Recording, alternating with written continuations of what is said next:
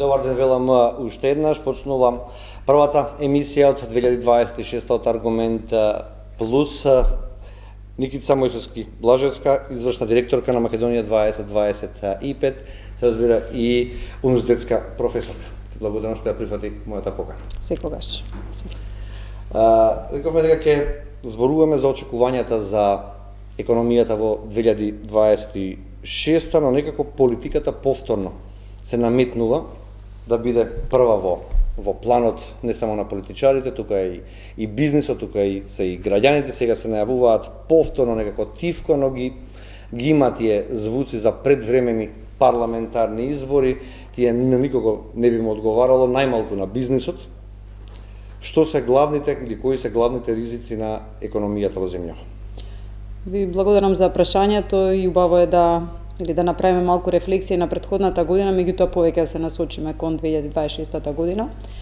Јас сепак се надам дека политиката нема да доминира, не барем домашната политика, односно дека нема да имаме предвремени парламентарни избори, иако политиката или геополитиката е секако многу значајна тема при било кое планирање на бизнисите, бидејќи оно што се случува на меѓународен план, а за жал жаришта на секаде, прикриени војни, трговски војни за минерали ретки и така натаму, значи сето тоа секако дека ќе влие врз глобалното окружување, а и врз Македонија како земја која што е извозно насочена.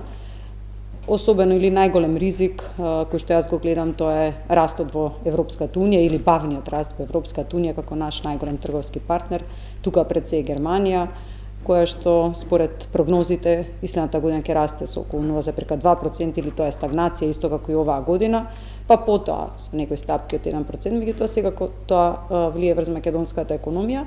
Тука би го надодала и прашањето не само на растот, туку и структурата на економијата во Германија, односно гледаме целосна промена структурата, насочување или пренасочување на ресурсите кон воената индустрија, нешто што ќе влие и врз македонската индустрија во голема мерка. Тоа го гледам како најголем ризик. Повторно ќе кажам, се надам дека нема да имаме предвремени парламентарни избори, се надам дека нема да има ризици во смисла на цените, зборувам за било кои производи, односно за инфлацијата, така што има ризици, меѓутоа мислам дека македонската економија зазема еден добар, да кажам, пат, особено изразено преку зголемени инвестиции, што би требало да ја води кон повисок економски раст. Може да бидеме независни од сите овие глобални случувања што се случуваат, рековте војните, повеќе не се војува за освојување на територија, се освојува за нафта, за минерали, за природни богатства, електрична енергија, енергенси и така натака. Можеме некако да бидеме независни од овие случувања? Не можеме, меѓутоа мислам дека можеме да бидеме намали барем. Да, паметни како ќе постапиме или како ја поставуваме нашата економија. Мислам дека е неопходно да дојде до една диверсификација на економијата. Тоа не е брз процес, тоа не е лесен процес, меѓутоа мислам дека она што го покажуваат трендовите, тоа е дека секако се уште има брзо растечки економии или економии кои што допрва ќе растат и дека треба малку да се свртиме кон тие економии. Западот или Европската унија, споменав, е нашиот најголем трговски партнер, меѓутоа на истокот имаме многу економии кои што се брзо растечки, така што ова е и апел и до бизнисите, меѓутоа и до владините институции, дека треба кон таму да го насочиме нашето внимание, меѓутоа и идниот раст, и се надевам дека заеднички, а веќе се отпочнат иницијативи, ќе успееме да им помогнеме компаниите да влезат на пазарите. Тука најмногу мислам на Емиратите, на Саудиска Арабија, мислам на неколку афрички земји, каде што споменав економскиот раст е голем, популацијата се уште расте, значи таму се и сегашните, меѓутоа уште повеќе идните пазари. И сега е право време ние да се пренасочиме натаму. Не би ни се налутила Европска унија доколку се пренасочиме кон трети пазари? Не, апсолутно, бидејќи тоа се производи, тоа е понуда побарувачка. Доколку нема побарувачка за нашите производи, бидејќи, како што кажав, стагнација генерално во Европската унија, тогаш апсолутно можеме да се пренасочиме. Многу зависи структурата на нашата економија, зависи кои производи ги произведуваме, секако што на кои што се барањата, меѓутоа на истокот се уште се поголеми барањата за производи за широка потрошувачка, прехранбени производи, нешто што сигурно како економија можеме да го испорачаме. При тоа секако мислам на производи со повисока додадена вредност, не мислам на чисто земјоделски производи. Дигитализација, сузбивање на корупцијата и сивата економија и ефикасна јавна администрација. Ова беа клучните области каде државата треба да стави акцент за да се овозможи континуиран раст од 5% на бруто домашниот производ. Ова ми го потенцирате во претходното интервју што го имавме во ова студио пред околу година и пол. Забележувате промени од тогаш? Ке тргнам од позитивните страни или каде гледам позитивни промени, потоа за другите. Најголема позитивна промена гледам во дигитализацијата. Тука зборуваме, сега дигитализацијата зависи од неколку сегменти, зависи од тоа дали имате дигитални институции или дигитална влада, дали бизнисите се дигитални и ние како граѓани дали имаме дигитални вештини. Морам да ја пофалам владата за сите напори за дигитализација на услуги, особено за населението, меѓутоа исто така навистина интензивни активности да се дигитализираат услуги за бизнисите. Беше направена една поголема анкета која што ја направи Македонија 2025 на сите стопански комори, кои што ги прашавме бизнисите кои се оние услуги кои што ги користите од владата најчесто, а кои што не се дигитални. Така што се направи една приоритетна листа на такви услуги и тие се дигитализираат. Зошто е тоа важно? Бидејќи го намалувате административниот товар, кој што е навистина голем за компаниите, одење по шалтери, така апсолутно. И второ, ја намалувате корупцијата. Значи, ние како Македонија 2025 и јас се залагаме за дигитализација, исто така како средство за намалување на корупцијата. Кога немате допир со јавна институција, со лице, тогаш корупцијата е многу помала. Така што и понатаму се надевам дека ќе продолжи процесот на дигитализација на јавните услуги. Ние како организација помагаме на дигитализација на бизниси, тоа се мали и средни компании, кои што преку консултантска помош, преку ваучери за дигитализација им помагаме, чи тој сегмент, а секако и дигитализација или дигитални вештини, би рекла кај граѓаните, нешто што мислам дека треба да се засили, дека има ранливи категории на граѓани. Знаете, денес не зборуваме толку за социјална ранливост или исклученост, колку што за дигитална ранливост и исклученост. Така што мислам дека уште малку повеќе треба да се поработи на тој сегмент, меѓутоа тука гледам една заедничка одговорност, не само на владата, туку и на компаниите, банките ќе ги споменам, значи на сите да работиме на подигање на дигиталните вештини. Затоа има и мерење од страна на Евростат кои што покажува дека во Македонија дигиталните вештини се на многу ниско ниво. Да, и Брисел не пофали, односно го пофали Министерството за дигитализација во однос на реформите, дека има најдобри резултати во однос на сите други министерства, меѓутоа корупцијата се уште и сивата економија се црната точка на македонската економија, се уште назадуваме и според последниот европски извештај за напредокот на земјава.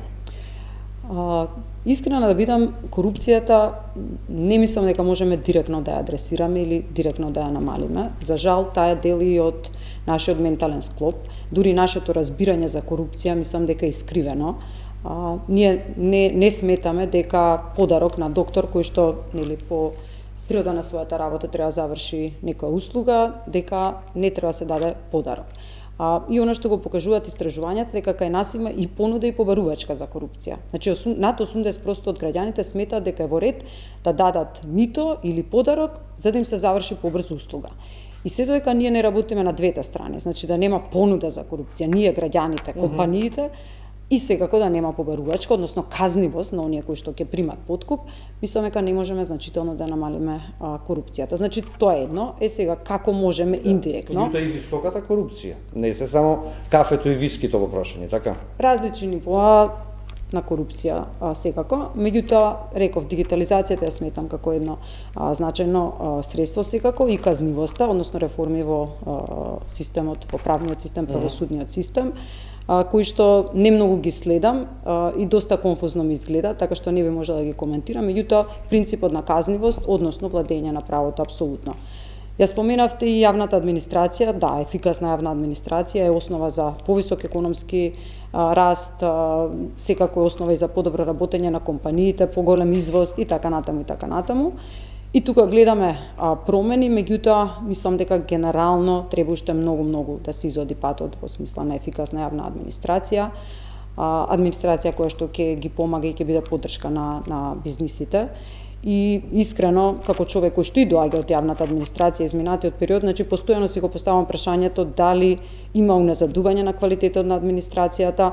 дали на вистина во времето кое што јас сум работела администрацијата беше поквалитетна или тоа е само моја лична перцепција.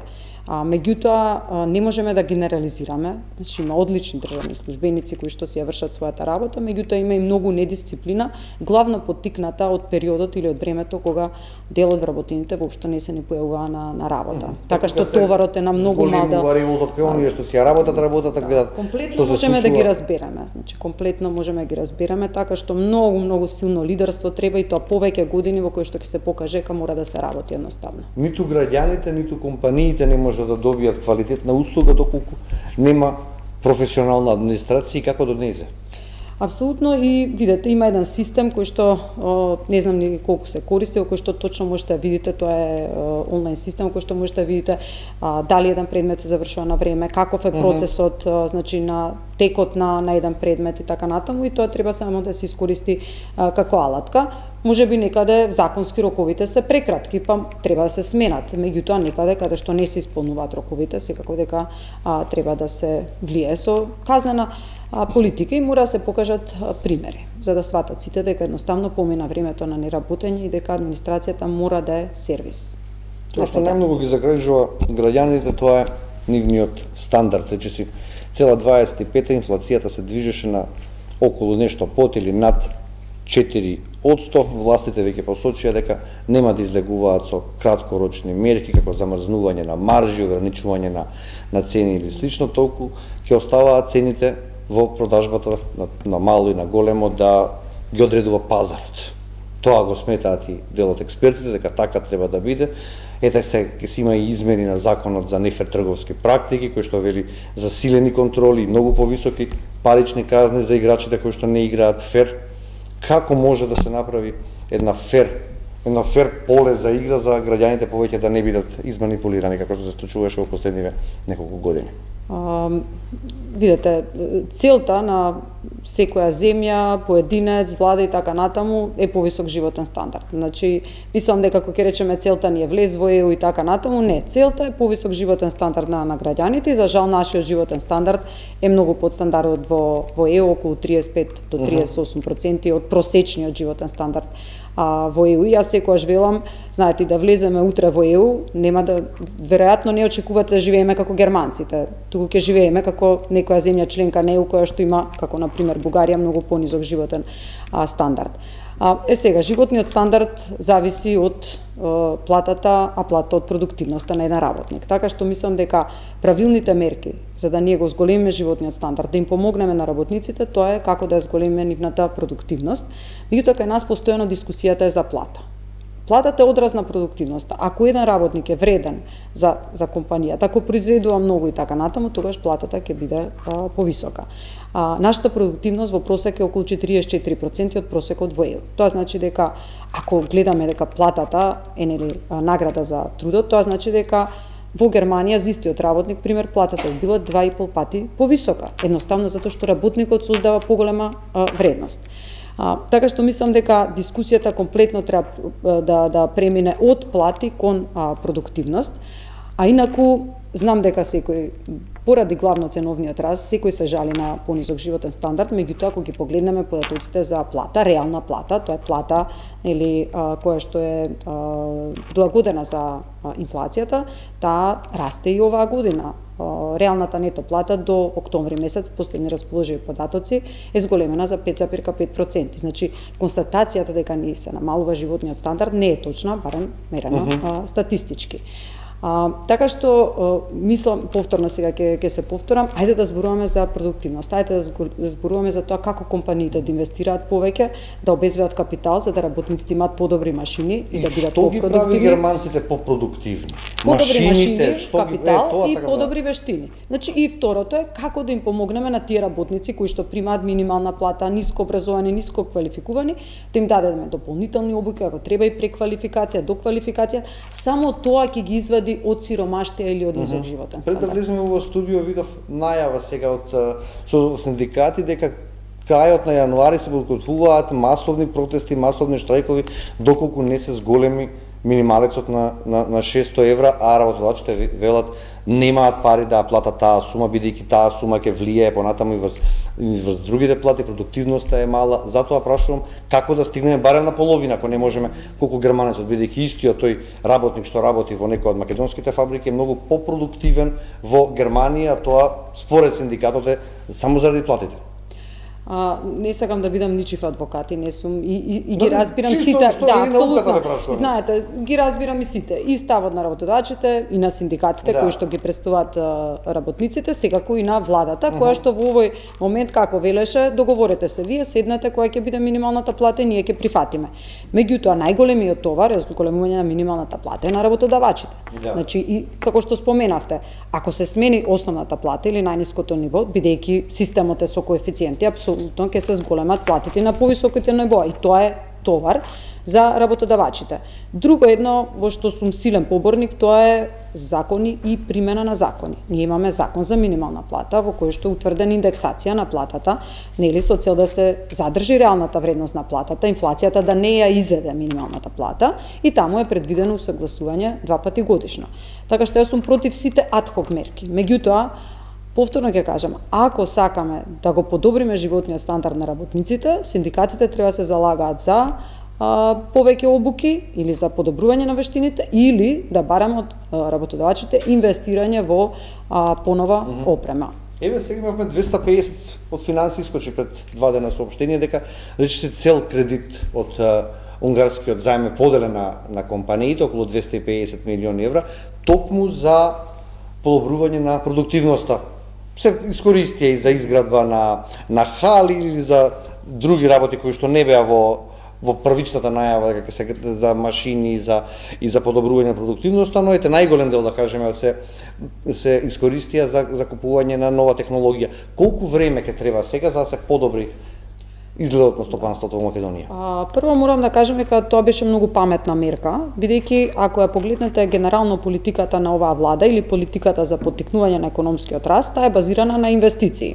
И сосема легитимно, нели формулата за бруто домашен производ е едноставна, можете преку инвестициите да го зголемите растот, преку потрошувачка и преку нето извоз. Че тука фокусот е на инвестициите и тоа се и јавни и приватни. Јавните инвестиции ќе се зголемат со нели инфраструктурните проекти и вложувања во патната и железничката инфраструктура. Од друга страна велиме ајде да ги поддржиме бизнисите како тие да инвестираат повеќе, дали е изградба на капацитети, осовременување на опремата и така натаму. И да се намали зависноста од увоз на продукти. Би требало, ќе помине време, меѓутоа за 2 години ќе ги видиме првите ефекти, за 3 години мислиме ќе ги видиме целите ефекти од овие инвестиции од 250 милиони. Вие сте во, како велам вие, Македонија 2025 се во постојана комуникација со бизнисот, кои се најголемите поплаки на домашните бизнисмени? Кои се најголемите болки? Зависи од индустријата во која што работат, зависи од тоа дали се извозно ориентирани или работат на домашниот пазар, различни се плаките, меѓутоа некако би ги систематизирала во неколку категории. Една е сивата економија или нелојална конкуренција, корупција, јавна администрација, недостаток на одредена инфраструктура и во делот на градежни дозволи и редување на градежно земјиште. Значи тоа се главните, дури и знаете кога и компании кои што сакаат да имаат раст, инвестираат, се соочуваат со дел од овие проблеми. И нешто што јас би додала, бидејќи мислам повеќе на еднината, тоа е кај извозните компании кои што бараат поддршка за усвојување на нови пазари, бидејќи видете тешко е да влезете во нов пазар ако нема таму дипломатско-консуларно представништво, ако немате барем некаква правна сигурност и така натаму, значи тие се соочуваат со други проблеми, бараат олеснување на визниот режим за да можат да патуваат вработените. Тоа е. Меѓутоа, кај другиот дел од компаниите, тие се предизвиците. Каква е вашата перцепција по однос на соработка, приватен сектор, власт? Колку имаат мерки понудено, освен ова што беше со олеснетите кредити за стопанството? Бизнисот постојано бара одредени мерки, меѓутоа јас се надевам дека тие барања се аргументирани, значи и базирани на што е најважно. Ние имаме повеќе комори, таков систем имаме, немаме една комора. И се надам дека сите го представуваат своето членство. Знаете дека тоа не се индивидуални барања, туку барања на дали е на цела индустрија, дали е на сите компании така натаму. Така што има редовни состаноци, има барања до посебни институции, има диалог. Она што би рекла е дека недоволно брзо се завршуваат работите, меѓутоа исто така морам да пофалам дека има многу голема отвореност за средување на работите. Еве ќе кажам и дека денес министерот за надворешни работи и надворешна трговија посети Македонија 2025, деновиве ќе ги посети сите стопански комори кои што буквално се бараат идеи, се презентираат нивните идеи за тоа како да се зголеми извозот на македонските компании. Значи има голема отвореност и слушаат, меѓутоа потребно е подолго време за реализација. Разговаравте за таксите што ги воведува Европската Унија во однос на производите добиени со горива од фосилни горива? Да, не беше тоа конкретно предлог на разговорите. Знаете дека таа мерка почна да се применува од 1 јануари. Мислам дека македонската индустрија ќе да, меѓутоа нема да биде толку погодена колку што беа иницијалните планови, бидејќи сепак таму има пресметки врз некоја сложена формула, нели колку е таа директна и индиректна емисија и така натаму.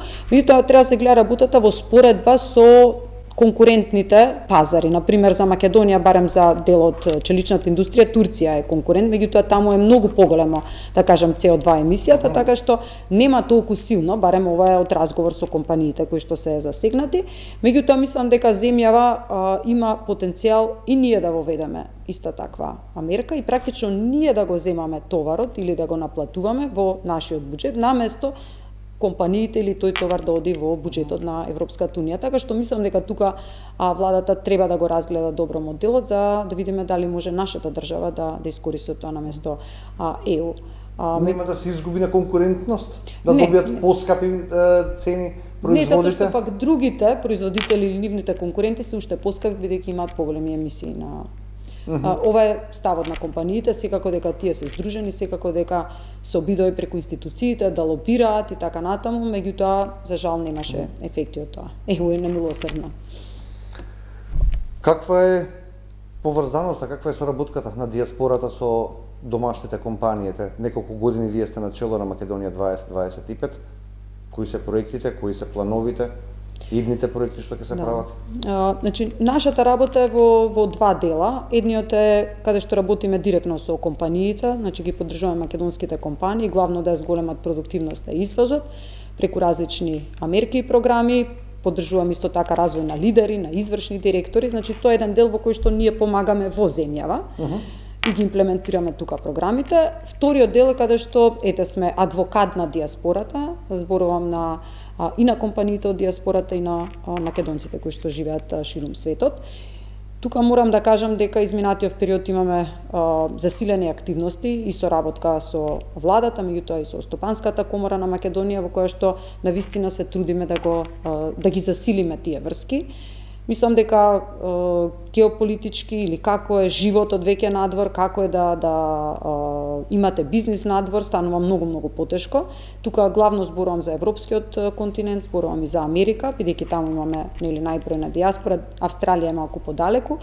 Значи се повеќе диаспората гледа дека во Македонија има добри услови за живот, а исто така и добри услови за бизнис, или пак дека границите и далечината не е пресудна за тоа дали вие можете да продавате производ, услуга во странство или не. Така што она на што е нашиот фокус сега е како да привлечеме поголем дел од диаспората да дојде или и да инвестира во Македонија, меѓутоа исто така како да зголемиме соработката на нашите компании или кои што се водени од македонци во странство со македонските компании од Македонија. Правиме нова веб страница која што ќе ги има информации за нашите од диаспората, кои што ќе сакаат да се вратат во Македонија. Работиме со владата на олеснување на некои од процесите и намалување и на финансискиот товар за оние кои што се повратници од диаспората.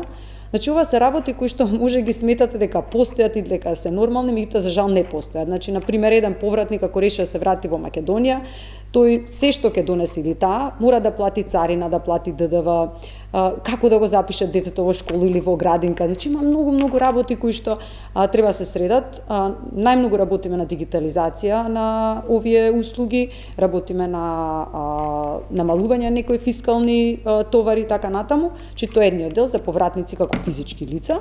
И вториот дел е како пак бизнисите да ги споиме.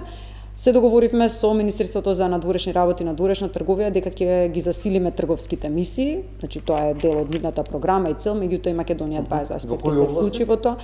Значи зборувавме и за области, сметаме дека IT индустријата е наше големо богатство и дека треба сите нема заедно. граници, нема бариери. Да, апсолутно, транспортни трошоци нема и така натаму. Така што главно се фокусираме на тоа, меѓутоа потоа одиме на сето она што е во стратегијата за паметна специјализација, значи паметно земјоделство, преработувачка, односно прехранбена индустрија, туризмот, имаме многу што да понудиме и со организирана акција ќе постигнеме многу. Не може за кратко време, тоа значи веднаш да кажам, меѓутоа мислам дека сме на правиот пат. За 26 имате инвестиции што се планирани? Има од бизнесмени од странство? Значи има планирани инвестиции, морам да кажам. Тука мора малку да се оградам дека барем членовите на одборот на директори на Македонија 2025, тоа се 20 лица, 15 од кои се од диаспората.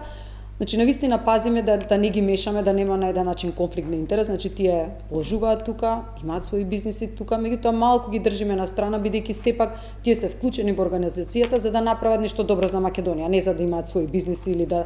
Лична корист. Да. Меѓутоа и тие, и нели познаници, пријатели, така натаму, се повеќе доаѓаат заинтересирани за инвестиции. Мораме да го средиме делот со локалната самоуправа, бидејќи вие на централно ниво се оди гладко, се е во ред ако сакате да инвестирате, меѓутоа на локално ниво има навистина предизвици. Така што се надам дека ќе работиме малку повеќе и во таа сфера, главно со Министерството за транспорт и врски, по делот на градежни дозволи, уредување на градежно земјиште, се со цел да ги привлечеме и полесно да им оди процесот на инвестирање, бидејќи знаете само од како ви кажат уста на уста се шири добриот глас и ќе привлечете повеќе инвеститори. Работоспособното население се повеќе се намалува во Македонија, се почесто во услужните дејности може да се видат работници од странство, проблемот е глобален, но како се справуваат развиените држави со ова прашање и како да препишеме ние нешто од ова? Многу болна тема за мене. Тие лесно се справуваат, нели привлекуваат работници од земјите како Македонија и тоа онака cherry picking, односно што им треба тоа си внесуваат врз принцип на квоти и така натаму.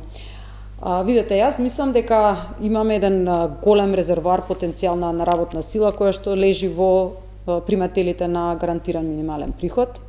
Нели порано тоа беше социјална парична помош. Сега се отвора законот, ќе може да се вработуваат и луѓе приматели на социјална помош, пензионери, не знам, повеќе категории на граѓани, студенти. Треба се смени комплетно менталитетот на тие луѓе. Значи ние имаме над 30.000 домаќинства кои што примаат ГМП. Ако има во тие домаќинства барем по 20 работоспособни луѓе, тоа значи дека вие над 60.000 работници ги држите надвор од пазарот на труд. Зошто велам ги држите? Статистика работат на црно. Да. Зошто велам ги држите надвор? Затоа што тие во моментот кога ќе прифатат работа, ја губат социјалната односно гарантиран минимален приход. Меѓутоа, тие домаќинства не примаат само гарантиран минимален приход. Тие примаат и детски додаток, образовен додаток, понатаму енергетска сиромаштија. Така што значи се тоа им се губи? Да. И она што го покажуваат анализите во кои што сум учествувала јас, дека едно 4-члено семејство, ако двајцата родители примаат минимална плата, имаат понизок животен стандард доколку да користат гарантиран минимален приход. И тоа целото семејство го трга надвор од пазарот на труд и тука нели да додадеме дека плюс имаат можност да работат во сивата економија, така што нивните приходи се поголеми. Се надевам дека оваа влада ќе покаже голем, бидејќи треба храброст.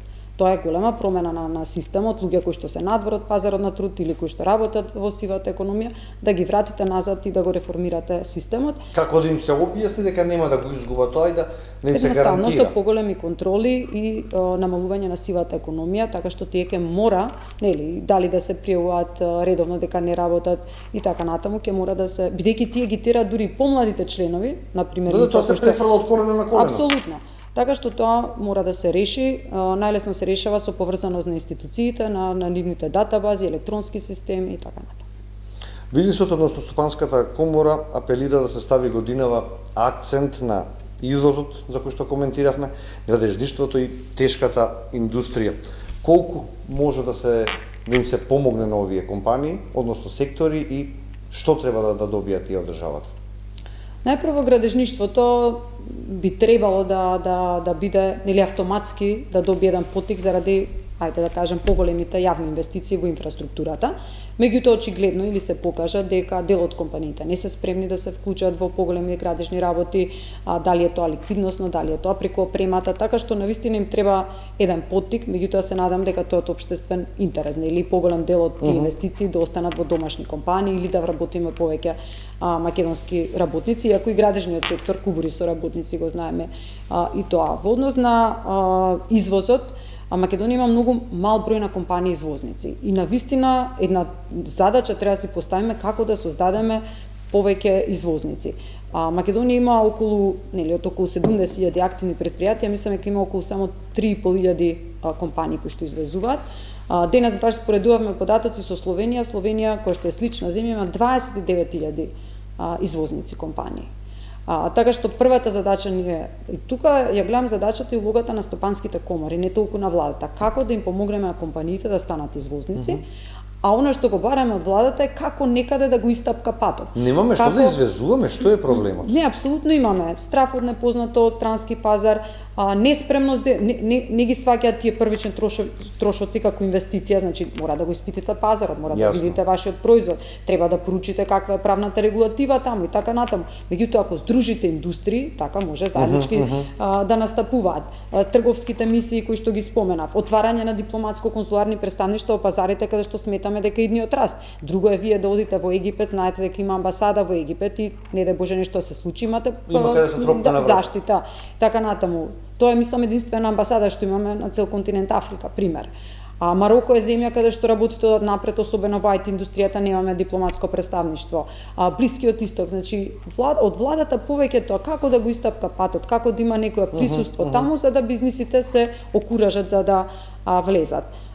И тешката индустрија, аз би рекла повеќе, не знам, јас сметам дека прехранбената индустрија може навистина да оди напред, особено зборам за источните пазари, јас би го ставила фокусот на таа индустрија. Како за крај да сублимираме, да заокружиме, оптимист за 26-та? Оптимист сум, меѓутоа јас сакам да видам стапка од најмалку 5%, тоа нема да се реализира во 2026 година, ама да веруваме дека ќе ги поставиме основите, па во 2027 година да имаме економски раст од 5%. На крајот на оваа година ќе се обидам да ве донесам повторно во студио, па да видиме како поминала годината. Игица, ти благодарам што денеска беше моја гостинка. Благодарам и вам на поканата. Почитувани, овде завршува првиот аргумент за 2026. Се надам дека како и секоја претходно ви го задржа вашето внимание. Ви благодарам на довербата и останете со програмата на телевизија 24. Од мене пријатно.